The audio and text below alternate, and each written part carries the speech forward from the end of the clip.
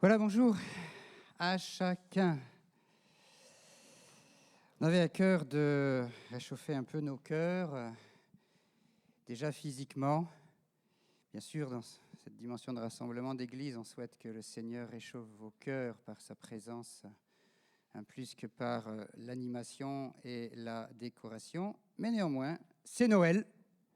Et je sais que beaucoup sont perturbés, ils ne savent plus où ils en sont, perdent en force, ne savent plus trop où ils habitent, selon l'expression.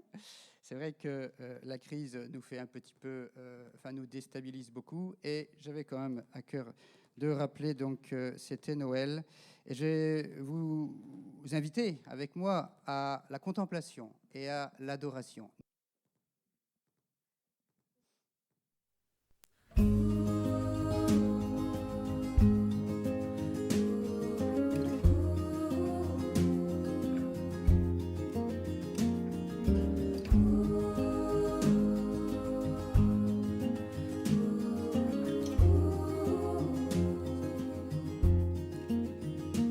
Ô peuple fidèle, Jésus vous appelle. Venez, triomphant, joyeux, venez en ces lieux. Ô peuple fidèle, venez voir le roi des cieux. Oh, venez adorer. Oh, venez adorer. Oh, venez adorer le Christ Seigneur.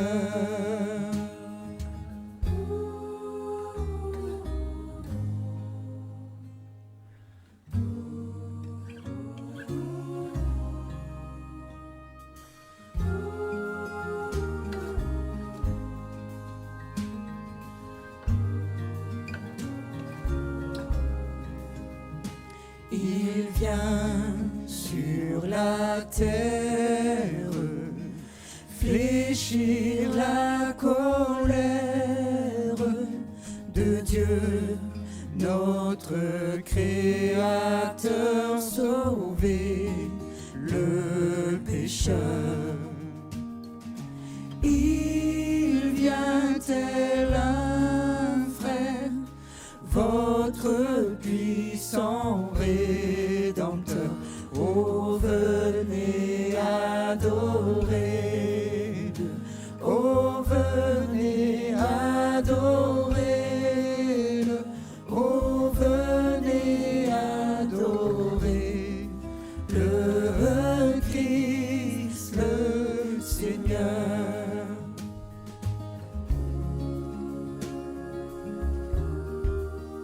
Adorer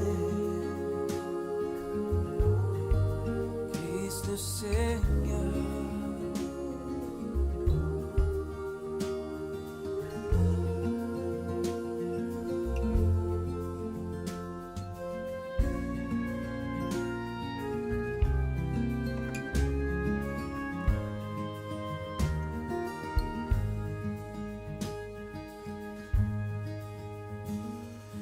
Peuple fidèle,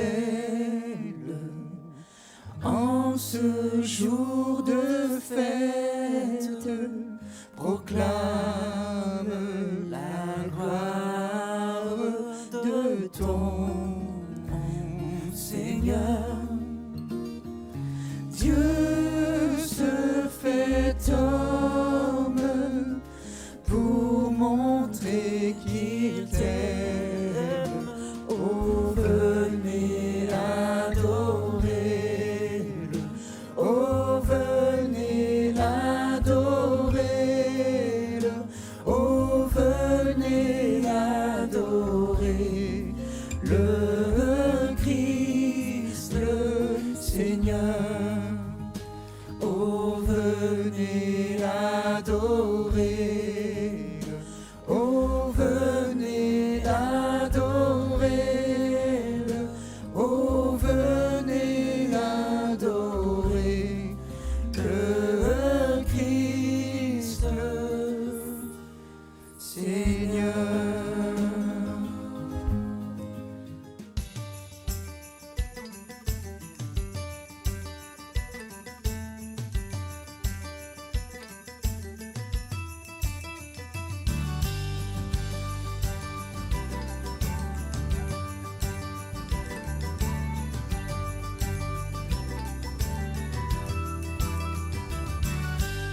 Écoutez, le chant des anges vient d'éclater dans les airs.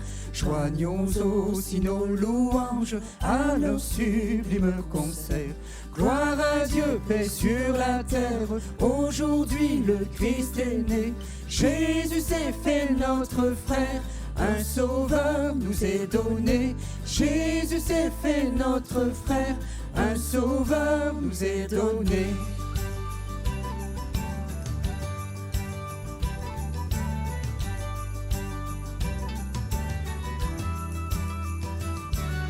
Son palais est une étable, une crèche et son berceau. Et pourtant c'est l'admirable, c'est le Fils du Dieu très haut. Il vient à nous des bonheurs et de grâce couronné. Jésus s'est fait notre frère, un sauveur nous est donné. Jésus s'est fait notre frère, un sauveur nous est donné.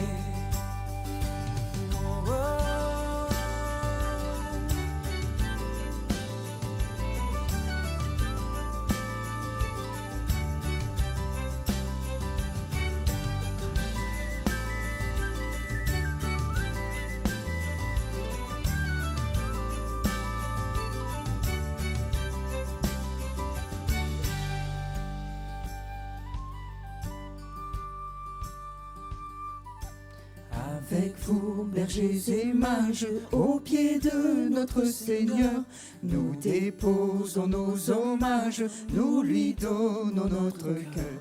Tout son peuple sur la terre, dit avec nous prosterné. Jésus s'est fait notre frère, un sauveur nous est donné. Jésus s'est fait notre frère, un sauveur est donné. Ô nuit de paix, sainte nuit. Dans le ciel, l'astre luit. Dans les champs, tout repose en paix. Mais soudain, dans l'air pur et frais, Le brillant cœur des anges. au berger apparaît. Ô nuit de foi, sainte nuit, Les bergers sont instruits. confiant dans la voix des cieux, Ils s'en vont adorer leur Dieu. et Jésus en échange. Leur sourit radieux. Ô nuit d'espoir, sainte nuit, L'espérance a reluit. le Sauveur de la terre est né. C'est à nous que Dieu l'a donné. Célébrons ses louanges, Gloire au Verbe incarné. célébrons ses louanges. Gloire au Verbe incarné.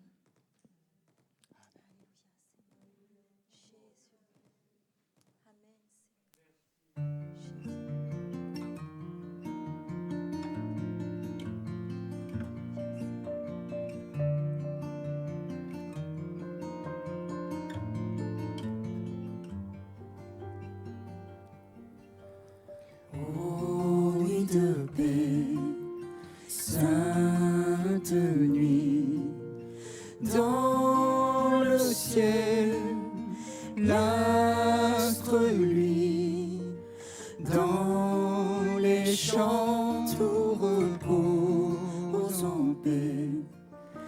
Mais soudain, dans l'air pur et frais, le brillant cœur des anges au berger apparaît.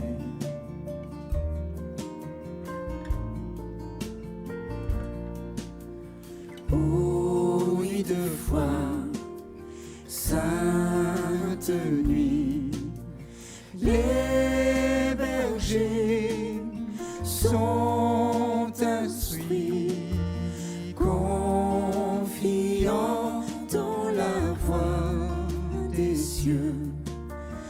Ils s'en vont adorer leur Dieu. Et Jésus en échange leur sourire radieux.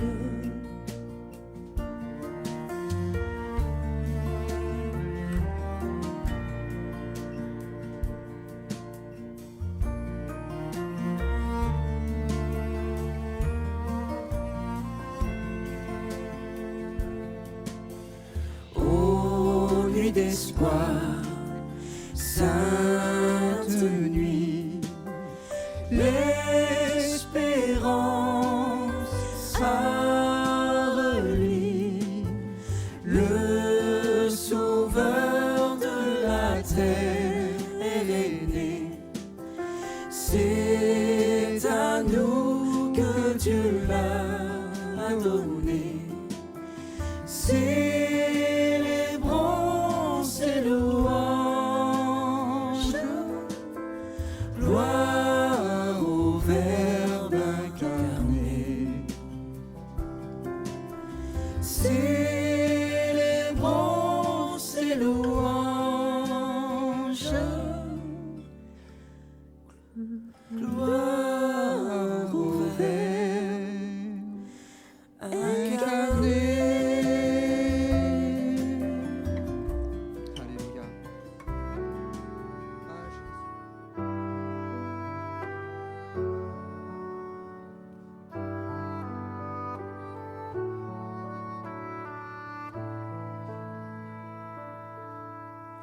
Le premier Noël chanté par les anges du ciel fut pour quelques bergers endormis dans les champs. Ils gardaient leurs moutons blancs auprès d'eux rassemblés par une nuit d'hiver où soufflaient tous les vents. Noël, Noël, Noël, Noël, un sauveur nous est né, chantons Noël. Élevant les yeux au ciel, découvrirent au loin une étoile brillant la nuit comme le jour. Trois grands rois de l'Orient par l'étoile avertis aussitôt firent route jusqu'à Bethléem. Noël, Noël, Noël, Noël, un sauveur nous est né, chantons Noël.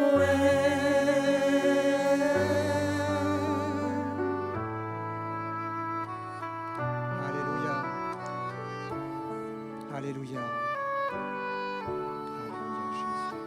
Alléluia.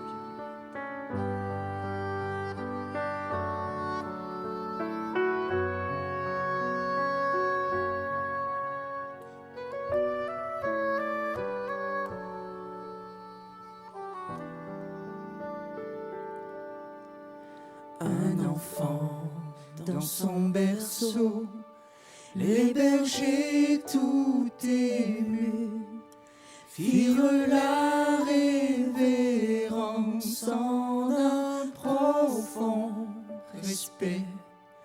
Et les rois de l'Orient ont offert à Jésus les plus riches présents, l'or, la myrrhe et l'encens.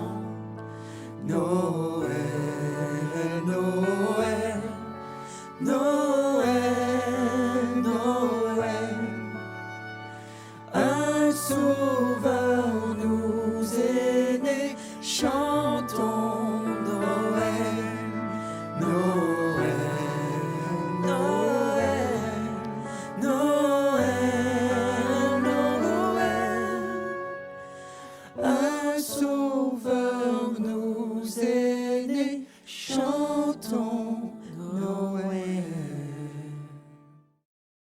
On va passer à la parole de Dieu. Je prie que cette parole puisse toucher, nous toucher dans nos besoins.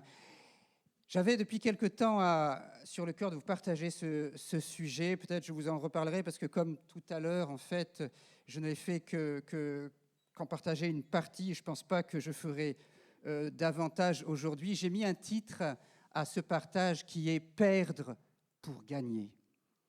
Perdre pour gagner. Bien sûr, vous avez compris, perdre l'inutile pour gagner Christ. Ce qui me réjouit, c'est qu'on a tous le même projet spirituel, du moins je l'espère.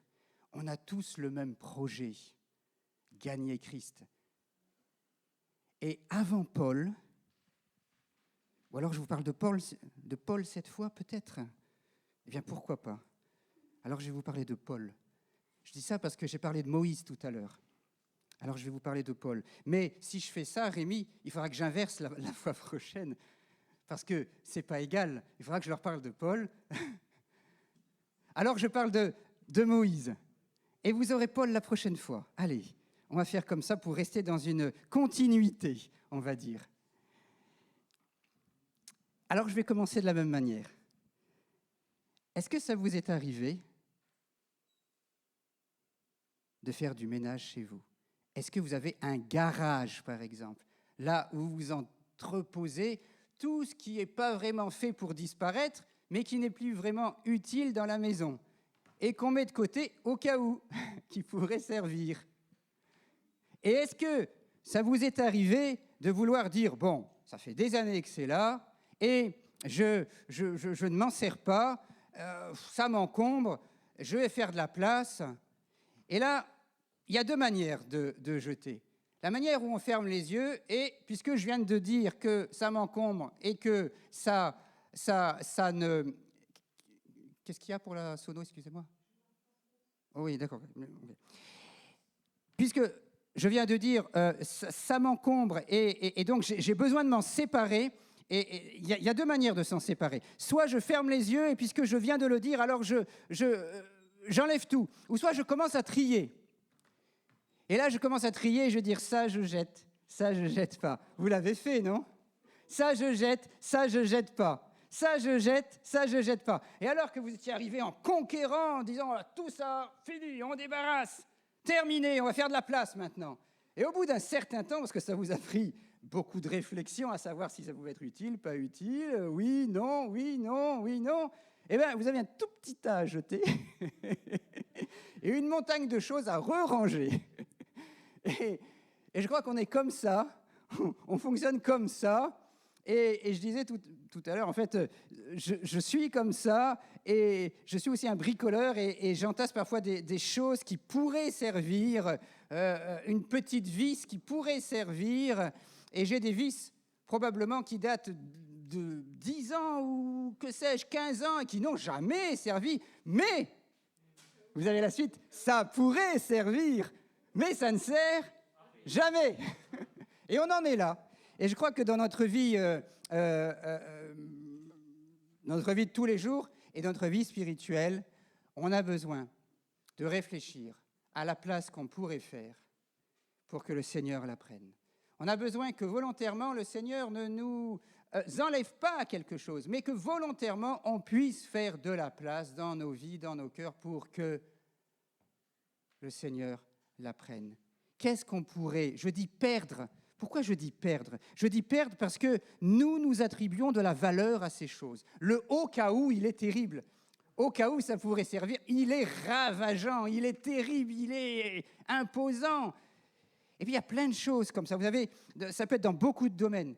Là, j'étais sur le domaine matériel, mais ça peut être dans le domaine émotionnel. Des choses qui nous rassurent, dont on a besoin. Tout le domaine de nos sentiments, tout le domaine de l'émotionnel, ça fait partie de ces choses où parfois on s'encombre, de ces domaines où parfois on s'encombre des choses qui pèsent, qui alourdissent, qui encombrent. Qu'est-ce que je pourrais perdre pour gagner Christ? Et c'est une question, c'est une première question il y en aura peut-être 2 ou 3 pendant ce partage, c'est une première question que je vous pose. On va lire ensemble dans Hébreux au chapitre 11, donc Moïse, un passage sur la vie de Moïse, Hébreux 11 au verset 24. Hébreux 11 au verset 24. Hébreux 11, verset 24. C'est par la foi. Au passage, je dis que le chrétien, il a cette dimension de foi qui va lui permettre de concrétiser des choses que d'autres ne peuvent pas. C'est par la foi que Moïse, devenu grand, et là je fais encore un arrêt dans ma lecture parce qu'il y a beaucoup de choses dans cette lecture. Notez ici que la parole dit « devenu grand ». Je m'arrête un instant parce que tant qu'on restera un enfant, l'image est belle, l'image est magnifique. J'aime beaucoup les enfants, sauf quand ils crient. J'aime beaucoup les enfants, c'était la petite blague. L'image est belle, mais nous ne sommes pas appelés à rester toujours un enfant. Un enfant, ça n'a pas appris. Un enfant, ça ne sait pas. Un enfant, ça insiste peut-être. Un enfant, ça n'a pas de recul sur les choses. Un enfant, ça fait des bêtises. Un enfant, on ne peut pas confier de responsabilité à un enfant. Il faut grandir. Un enfant, c'est toujours en train de chercher un câlin, toujours en train de chercher un bisou, toujours en train de chercher un bonbon. Deux, maman, deux. Ça me rappelle un enfant. Toujours en train de chercher ces choses. Un enfant n'est pas en mesure d'aller dans ce qui suit dans le texte. Ici, le texte nous dit, c'est par la foi que Moïse, devenu grand. Nous sommes d'abord appelés à grandir et à nous arrêter et à nous dire, bon, il va falloir aller plus loin, il va falloir être plus conséquent, il va falloir passer la deuxième, peut-être même que le turbo va s'enclencher et il va falloir garder le volant entre les mains. Comprenez, peut-être qu'il y aura des virages, il va falloir piloter correctement. Heureusement, j'ai un copilote. Peut-être même que c'est lui qui est au volant alors que je crois l'être, le Seigneur. Mais il va falloir, en toute confiance et avec humilité néanmoins, descendre d'un piédestal et dire « Je veux avancer, je veux gagner Christ, plus de Christ. Il y a plus ». Comme c'est le titre d'un certain CD, il y a plus de toi, plus de Christ, c'est possible. Je reviens à mon texte. C'est par la foi que Moïse, devenu grand, refusa d'être appelé fils de la fille de Pharaon. Je vais m'arrêter beaucoup dans ce texte parce qu'il y a beaucoup de choses. Si vous connaissez Moïse, vous savez qu'il a grandi à la cour de Pharaon, à une époque où la science, la connaissance était déjà importante et dominait une grande partie des territoires alentours. Aujourd'hui même, on se demande comment ils ont fait pour construire les pyramides avec la connaissance et la science qu'ils avaient à l'époque. C'est facile pour nous, avec la 5G, le numérique et tout le reste. Mais pour eux, comment ont-ils fait? Et Moïse a grandi dans la connaissance scientifique, dans la sagesse des Égyptiens. Ces choses étaient développées et il avait tout à sa portée. L'Écriture dit qu'il était puissant en parole et en acte. Et il était devenu, par adoption de la filiation de Pharaon, il était devenu puissant, instruit. Il avait un royaume. Il faisait ça. Il avait tout. Et là, dans notre texte, on lit, il refuse d'être appelé fils de la fille de Pharaon. Qui refuserait d'être le fils ou la fille d'un grand de ce monde, qui a le pouvoir, qui a la puissance? Seigneur, je me convertis, mais je ne dis pas non à mon héritage. Il a dit non à son héritage. C'est quelque chose que je ne peux pas comprendre, ça, moi. Je ne sais pas si vous le comprenez, mais je ne peux pas le comprendre. Seigneur, je veux bien du salut, mais je ne dis pas non à mon héritage. Moïse est amené, je ne dis pas de refuser votre héritage, c'est pas ça. Mais Moïse a été amené à faire ce choix, et on va voir pourquoi. On va voir pourquoi. Il préféra, mais avant, c'est pas tout, il préféra être maltraité avec le peuple de Dieu. Non seulement il refuse la gloire, le pouvoir, les richesses, mais il choisit d'être maltraité avec le peuple de Dieu plutôt que d'avoir pour un temps la jouissance du péché. Et nous savons tous que ce monde offre de nombreuses jouissances dans le péché, de nombreux plaisirs, il y a de nombreuses séductions, et on peut prendre beaucoup de plaisir dans ce monde. Il faut bien l'avouer, il y a du plaisir dans le péché. Moïse refuse tout cela. Il refuse tout cela. Il préfère être maltraité avec le peuple de Dieu plutôt que d'avoir pour un temps la jouissance du péché. et il regarde. Cerise sur le gâteau, si je puis dire, il regarde l'opprobre de Christ comme une richesse plus grande que les trésors de l'Égypte. Comment peut-on avoir ce regard, l'opprobre de Christ? Qu'est-ce qui s'est passé? Comme une richesse plus grande que tous les immeubles, que toute la science, que toute la connaissance, que tout le pouvoir, que tout l'or, que toutes les pyramides, que toutes les victoires, que toute son armée, que tout. Il regarde l'opprobre de Christ comme une richesse plus grande que les trésors de l'Égypte, car il avait les yeux fixés sur la rémunération. C'est par la foi qu'il quitta l'Égypte, donc. Il dit non à tout cela. Nous, on aurait dit oui au Seigneur, mais on n'aurait peut-être pas dit non à tout. On n'est peut-être pas appelé, je ne veux pas vous engager dans des pensées qui seraient déséquilibrées, on n'est peut-être pas appelé à faire comme lui. Mais nous sommes appelés, frères et sœurs, à réfléchir sur ce que Moïse a connu. Et quand je vous parlerai de Paul, vous verrez qu'il a fait la même chose. L'un comme l'autre ont pris des décisions fortes et douloureuses, mais la réponse de Dieu, Moïse a été appelé après cela. Il a été appelé après. Et il a même été appelé 40 ans après. Mais d'abord, il y a eu une décision. D'abord, il a perdu en vue de gagner. D'abord, il a tout rejeté, tout refusé, car il avait les yeux fixés sur la rémunération, quelque chose de plus grand. Et j'aime dire, mais lâche ce que tu as, lâche ce à quoi tu t'accroches. Dieu est capable de te donner tellement plus. Lâche ces choses qui sont pour toi des valeurs, des gains. Dieu est capable de te donner tellement plus. Demande à Dieu de te donner ce regard, comme Moïse. Christ a souffert. Christ était un simple homme sur la terre. Et lui-même, dans son apparence, n'avait ni éclat ni beauté, nous dit l'Écriture. Mais quelle œuvre pour nous enrichir. C'est lui qui va nous enrichir. Pas des richesses de la terre, peut-être pas des richesses de la terre, ou certainement pas des richesses de la terre, mais d'une richesse tellement plus grande, plus belle. Et ça commence dans notre cœur, et ça commence ici-bas, et c'est pour l'éternité. Dans Matthieu 6, au verset 19, il est écrit « Ne vous amassez pas des trésors sur la terre, où la teigne et la rouille détruisent, et où les voleurs percent et dérobent, mais amassez-vous des trésors dans le ciel. » Ah Seigneur, si on pouvait constamment être sous la loi de ce verset, amassez-vous des trésors dans le ciel. Je disais tout à l'heure que j'étais ébahi devant un enfant au supermarché qui voulait choisir un cadeau de Noël. Je lui dis, mais c'est pas possible. Excusez-moi, je crie presque devant parce que je dis, c'est pas possible. Il était là et il disait devant les rayons, sagé. Ah, celui-là, je crois que je ne l'ai pas. Mais c'est incroyable. Incroyable comment on peut remplir le cœur des enfants parfois avec des choses inutiles. Et je l'affirme et je le dis et je l'affirme encore, qui ne sont que du marketing. Ont-ils besoin de cela? N'ont-ils pas plutôt besoin de l'amour, d'abord des parents, mais de l'amour de Dieu également? Et de leur rappeler tout simplement que Noël, autour de ce petit foyer, vous avez une cheminée chez vous? Marie-Noël, tu as une cheminée? Non.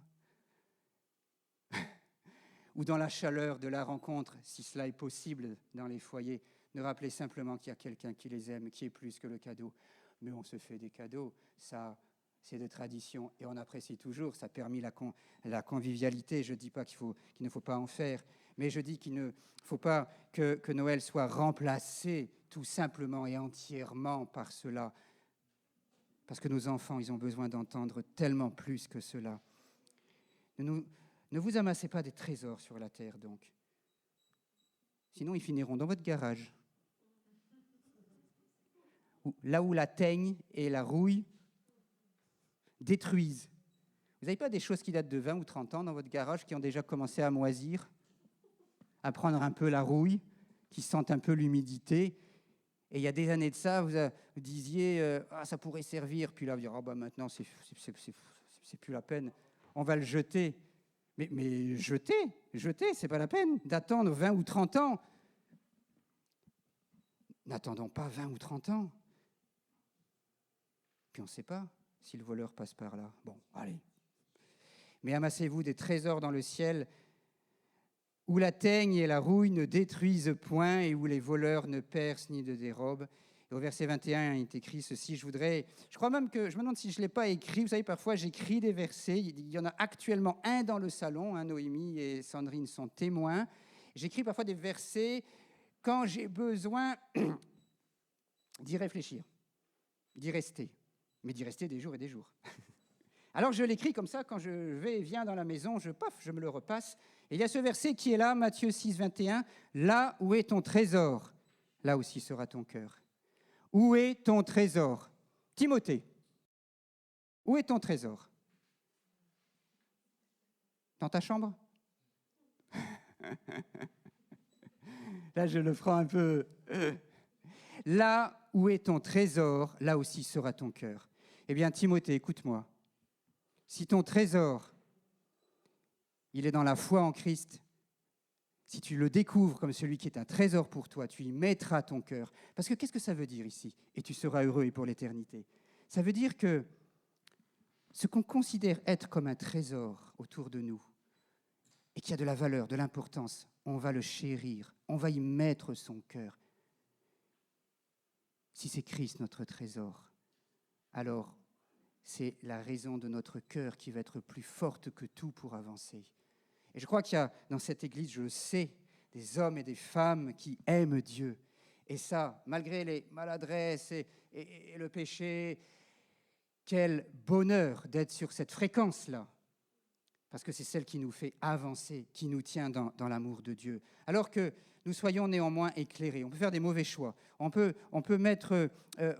passer du temps et mettre notre cœur dans des choses qui sont inutiles. On peut passer du temps et mettre notre cœur dans des choses qui ne valent pas la peine, qui nous étouffent, qui nous font dysfonctionner, qui nous retardent, qui nous prennent du temps. Le temps est précieux, qui sont complètement inutiles, mais pire qu'inutiles, elles nous gênent. Ce n'est pas qu'elles soient là sans rien faire, sans nous servir. Elles nous gênent et d'une certaine manière, c'est pire, elles nous asservissent, elles nous ralentissent. Et si on commence à voir ces choses comme ça, et si on commence à voir que Christ est d'une grande richesse pour nous, parce que quand on est malheureux, quand on n'est pas bien, quand il y a tout ça, il n'y a rien de plus fort et de plus profond. Et il n'y a personne pour résoudre le problème le plus en profondeur que Christ lui-même. Que Christ lui-même. Alors que nous soyons, oui, éclairés, ceci dit, pour faire des bons choix. Il y aura peut-être des maladresses, il y aura peut-être des mauvais choix, mais que notre œil, comme dit l'Écriture, qui est la lampe de notre corps, eh bien, sois bien éclairé. Quelle est la lumière qui est en toi? Vous savez, nous sommes devenus des êtres spirituels. Notre spiritualité qui avait été par le péché anéantie, nous étions morts spirituellement, elle s'est réveillée.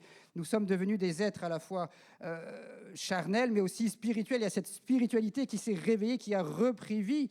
Il y a notre péché a été pardonné, nous avons été justifiés, notre position spirituelle a changé, nous avons été, c'est la théologie biblique, c'est la théologie de l'Écriture, c'est la réalité, les conséquences de l'œuvre de Jésus-Christ. Nous sommes passés dans l'éternité, nous sommes dans l'éternité du Seigneur, avec le Seigneur, nous sommes passés des ténèbres à la lumière. Est-ce que vous vous en êtes rendu compte, que vous étiez passés des ténèbres à la lumière? Maintenant, je vois. Maintenant, je suis en capacité de faire des choix. Et si même je ne suis pas parfait, maintenant, je peux faire des choix et des bons choix. Et j'ai cette capacité, je ne suis pas aveuglé, tête basse dans les choses du monde, dans les séductions, dans les routines, dans ce qui va se présenter, dans ce qui va me faire plaisir, dans ce qui va encore répondre à des jouissances charnelles. J'ai envie de dire ce matin, recherchons la jouissance spirituelle. Ah, Seigneur, aide-nous. Et moi, le premier, recherchons les choses d'en haut. Alléluia. Alors, cette deuxième question qui arrive, c'est à quoi vous vous accrochez le plus? À quoi vous vous accrochez le plus? Je vous laisse réfléchir quelques instants à quoi vous vous accrochez le plus, auquel vous avez donné de la valeur et qui finalement vous gêne.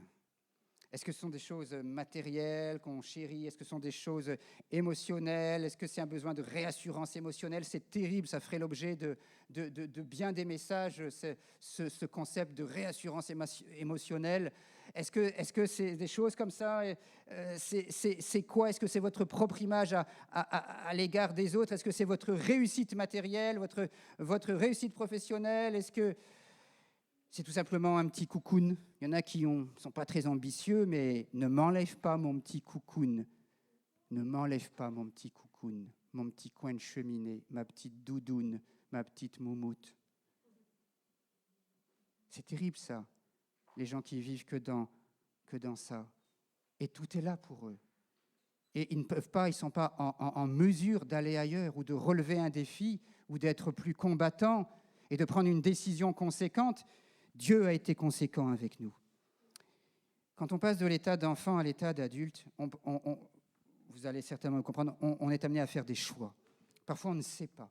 On fait des choix pour nous-mêmes, on fait des choix dans la vie, des choix qui vont impacter la suite, qui vont avoir des conséquences. On fait des choix pour nos enfants, on essaye de les conseiller. Les choix sont importants. Dieu a fait un choix, il nous a envoyé Jésus-Christ.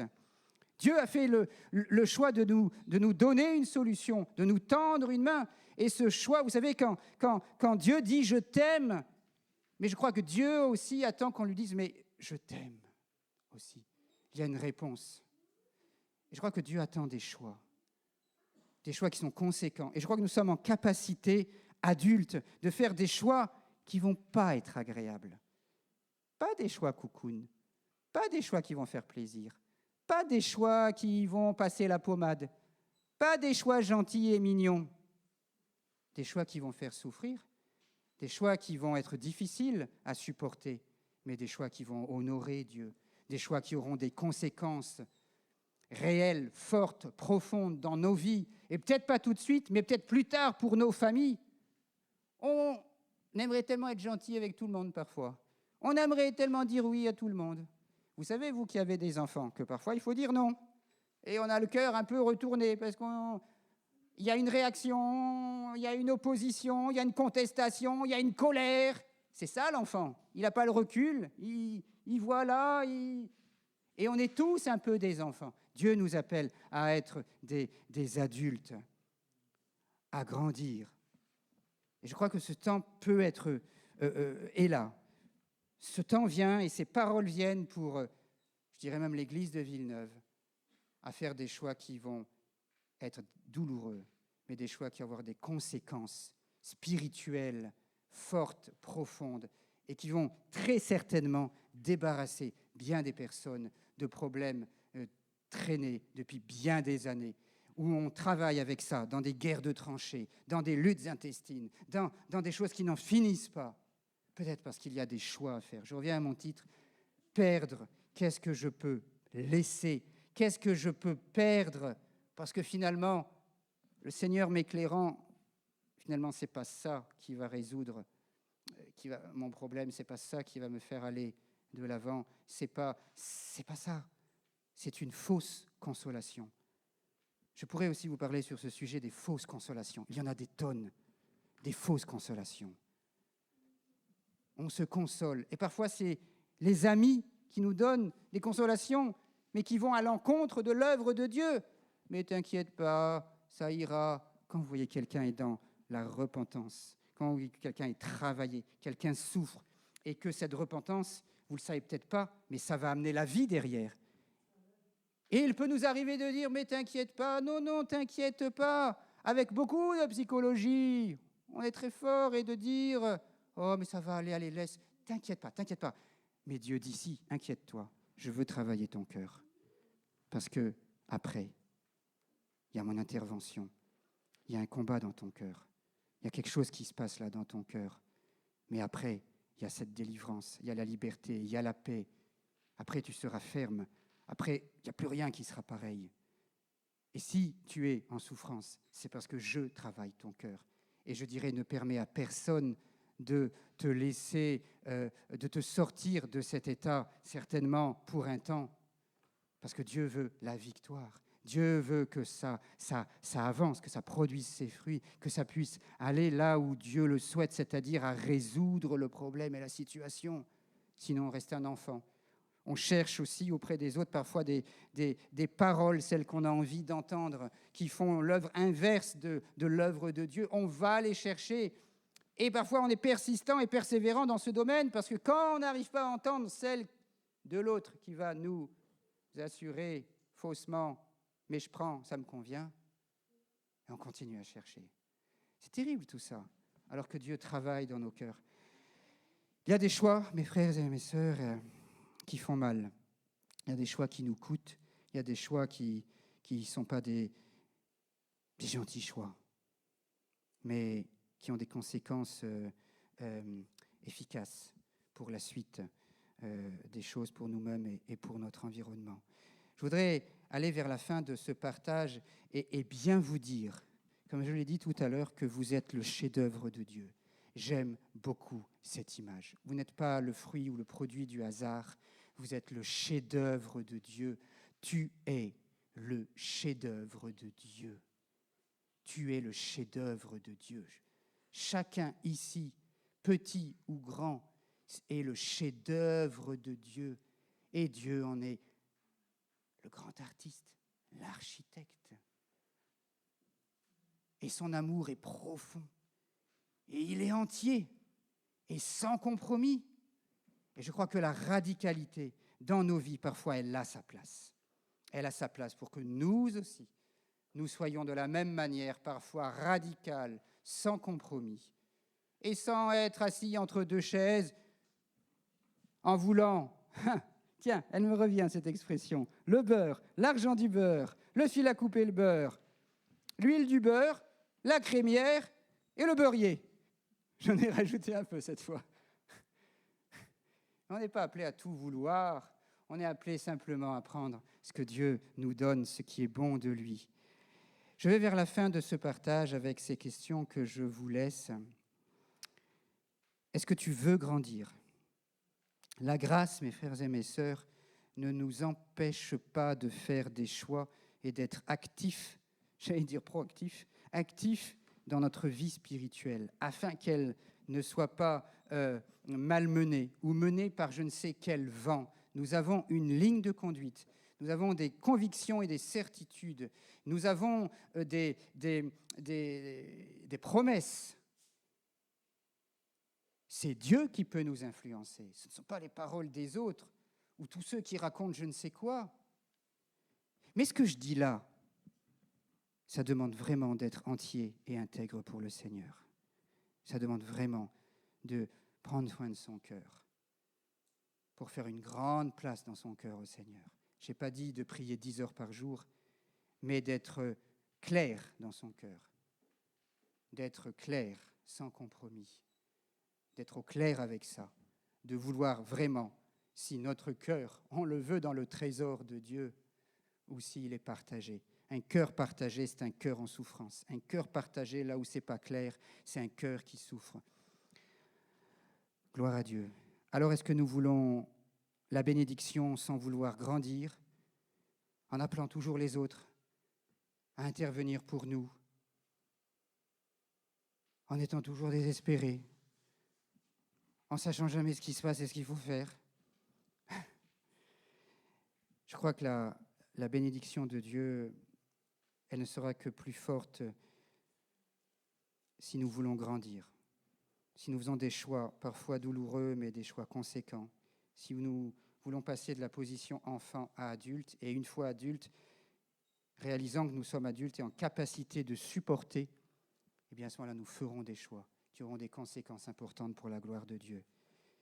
Et grandir donc dans la grâce.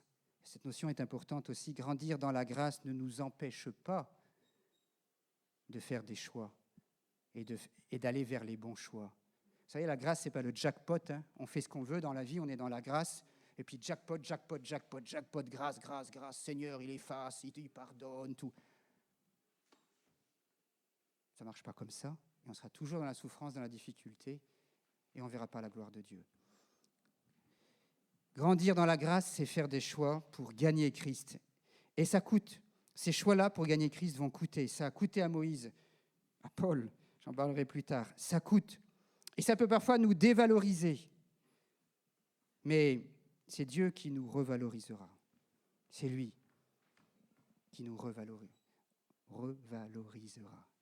Quelqu'un disait, et je ne sais toujours pas qui, mais j'ai cette parole, je la chercherai en rentrant à la maison, je n'offrirai point, c'est pas Abraham, c'est Abraham, hein, voilà. Je n'offrirai pas quelque chose à mon Dieu qui ne me coûte rien. Lui aussi avait compris. Vous remarquez une chose, mes amis, et je termine là. Moïse, Paul, je vous en parlerai, je cite Abraham. Et je m'appuie sur ces exemples pour dire, ils ont fait des choses très grandes, incroyables, instruments entre les mains de Dieu. Mais voyez les choix, voyez les 100 compromis, voyez les engagements. Je ne suis pas un Abraham, je ne suis pas un Moïse, je ne suis pas un Paul, mais je veux m'inspirer de ce qu'ils ont fait. Et peut-être que pour plusieurs, maintenant, il y a des choix conséquents pour des retours de la part de Dieu vraiment conséquents aussi. Et ne méprisant jamais la bénédiction de Dieu, parce que Dieu est un papa aussi. Mais un papa, ça dit parfois à son enfant, ça va aller, et ça le prend dans ses bras. Mais un papa, ça dit parfois à son enfant, quand il grandit, maintenant, vas-y maintenant. Je ne serai plus à côté de toi. Je t'ai tout dit, je t'ai tout enseigné, et maintenant je t'estime capable d'aller seul. Maintenant, c'est à toi d'y aller, je ne serai plus à côté. Et un papa, ça dit ça aussi parfois. Alléluia. On va prier, et je laisserai la place à Rémi pour conclure. Alléluia. Seigneur Jésus, Seigneur, nous tous, nous avons besoin de la grâce parce que sans elle, nous ne serons rien. Nous bronchons, nous chutons, nous avons besoin d'être relevés, d'être consolés. Et ça, tu le sais. Car même devenu grand, il y a toujours ces besoins à nous. Nous savons que tu es un Père pour nous pour faire ces choses-là. Et nous savons aussi que tu nous as fait grandir et que tu nous appelles à grandir pour pouvoir nous dire maintenant, mon fils, ma fille, va, fais des choix qui te feront souffrir, mais qui te donneront tellement plus de satisfaction. Seigneur, je veux prier que cette force soit en chacun d'entre nous maintenant. Qu'au nom de Jésus, rien ni personne ne puisse nous empêcher, et ce n'est pas dans ton plan, nous empêcher de réaliser ce dessein de progression, de sanctification avec toi et d'être utile pleinement pour toi. Aide-nous chacun à pouvoir faire des choix conséquents. Au nom de Jésus, confiant, par la foi, montre-nous. Nous ne voulons pas, Seigneur, faire des bêtises, mais combien même il y aurait quelques balbutiements, montre-nous, Seigneur, les choix à chacun que nous avons à faire. Au nom de Jésus.